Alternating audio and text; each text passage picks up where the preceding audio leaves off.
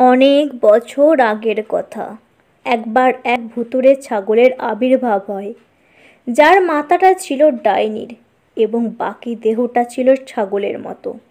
সে দিনের বেলা এমনি ছাগলের মতো ঘুরে বেড়াতো, আর রাত হলে আসল রূপে ফিরে আসতো। একবার রমেশ জঙ্গলে যায় কাঠ কাটতে। তখন রমেশ এই ভুতুড়ে ছাগলের মুখোমুখি হয়।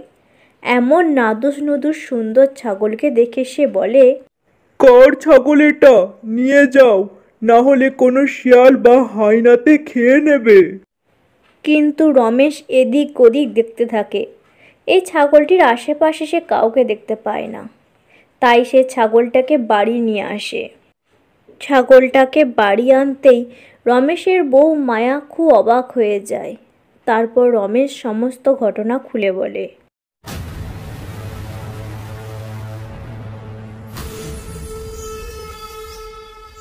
রমেশের মুখে এসব ঘটনা শুনে মায়া বলে, ভালোই হলো বলো, এই দুধ বিক্রি করে আমাদের ভালোই চলবে। প্রথম দিন এই ভুতুড়ে ছাগল কারো কিচ্ছু করে না। গোটা গ্রাম সে ভালো করে ঘুরে দেখতে থাকে।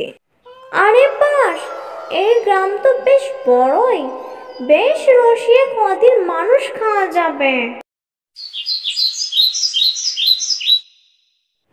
পরের দিন মায়া দুধ দুইতে গেলে দুধের পরিবর্তে রক্ত পড়তে থাকে। মায়া তো প্রচণ্ড ভয় পেয়ে যায়। আরে এটা কি হচ্ছে? ওগো শুনছো, তাড়াতাড়ি এসো। রমেশ কাছে আসতেই ছাগলটা একটা ঘুষি মারে এবং রমেশ ছিটকে পড়ে। তারপর ছাগলটা আসল রূপে ফিরে আসে। এইসব দেখে রমেশ ও মায়া প্রচণ্ড ভয়ে পালাতে গেলে এই ডাইনি ছাগল তাদের ধরে ফেলে এবং তাদের মেরে রক্ত খেয়ে নেয়। এইদিকে রমেশের পাশের গ্রামে থাকতো বিজু নামের একটা ছেলে। তার কিছুতেই বিয়ে হচ্ছিল না, তাই সে এক পণ্ডিতের কাছে যায়। পণ্ডিত বলে, আরে, তোমার ছেলের মাঙ্গলিক দোষ আছে। কোনো ছাগলের সাথে যদি বিয়ে দেওয়া যায় তবে ছাগলটা মারা যাবে এবং তোমার ছেলের মাঙ্গলিক দোষ কেটে যাবে। কিন্তু বিজু এই সিদ্ধান্তে রাজি ছিল না। কিন্তু তার মায়ের জড়াবুড়িতে সে রাজি হতে বাধ্য হয়। এইদিকে বিজুর মা পুরো গ্রামে ছাগল খুঁজতে থাকে, কিন্তু যার কাছেই ছাগল চায় ছাগলের মৃত্যু হবে শুনে আর দিতে চায় না। বিজুর মা মন খারাপ করে বাড়ি আসতে থাকে। এমন সময় একটা ছাগলের শব্দ শুনতে পায়।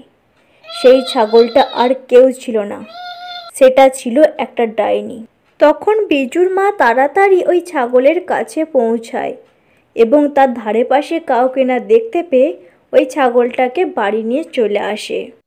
রাতে পণ্ডিতজিকে ডেকে বিয়ের ব্যবস্থা করে। অর্ধেক বিয়ে সম্পূর্ণ হতেই ছাগলটা তার আসল রূপে ফিরে আসে। পণ্ডিতজি তখন মন্ত্র পড়ে সেই ডাইনিকে বন্দি করে এবং বন্দি করার সাথে সাথে সে আবার ছাগল হয়ে যায়। আরে বাচ্চা, তুমি তাড়াতাড়ি বিয়ে সম্পূর্ণ করো। বিয়ে সম্পূর্ণ হলেই ওই ছাগলের মৃত্যু হবে। যদিদং হৃদয়ং তব তদস্তু হৃদয়ং মম। তাদের বিয়ে সম্পূর্ণ হতেই ডাইনি ছাগলটা মারা যায়। এইভাবে পুরো গ্রাম এই ডাইনি ছাগলের হাত থেকে বেঁচে যায়।